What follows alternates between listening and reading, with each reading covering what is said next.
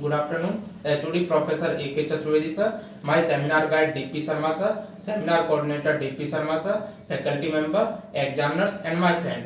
I am Shivam Bansal pursuing my B.Tech from University Department of Mechanical Engineering, Rajasthan Technical University, Kota.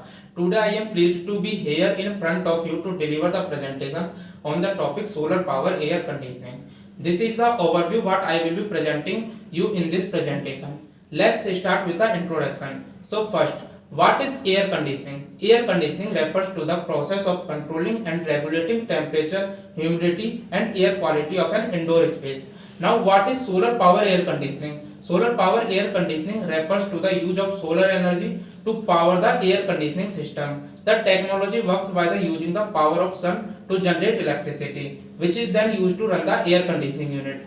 Why solar power air conditioning? As we know, about 30 to 50% of electricity consumption in building is dominated by air conditioning. If we still rely on the conventional air conditioning, the increasing demand of air conditioning system will lead to increased consumption of electricity that will be associated with greenhouse gas emission. And vapor compression air technology uses CFC and HCFC, chlorofluorocarbon and hydrochlorofluorocarbon, as pollution causing refrigerants. So we have to find an alternative technology capable to run the air conditioning without the use of electricity. And we know the sun transmits a vast amount of solar energy to the surface of earth.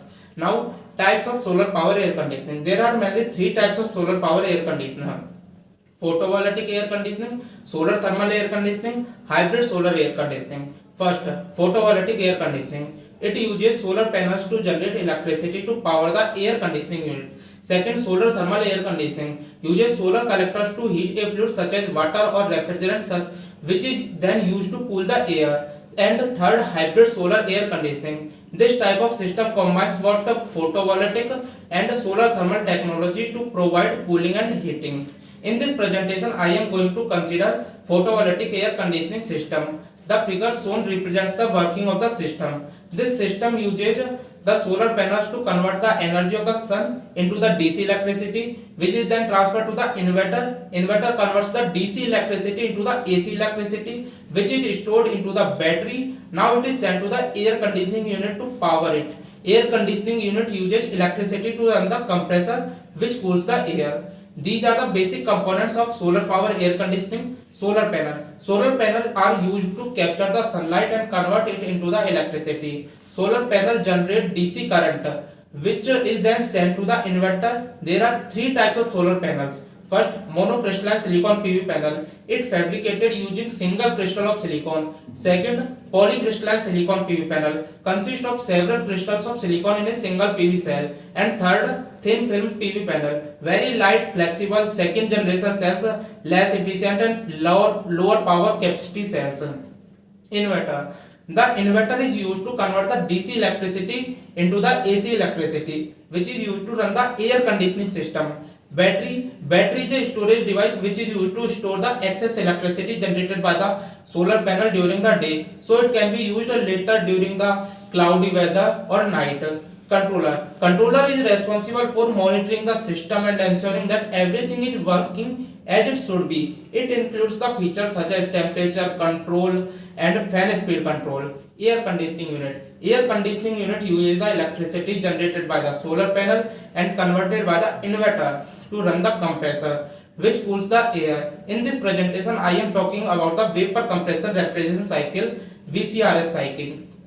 Working of VCRS cycle. The figure shown represents the working of VCRS cycle. This cycle includes four processes: evaporation, compression, condensation, expansion. The refrigerant which is used in VCRS is chlorofluorocarbon CFC or hydrochlorofluorocarbon HCFC. It evaporated at low pressure in the evaporator coil, absorbing heat from the surrounding and causing the refrigerant to vaporize.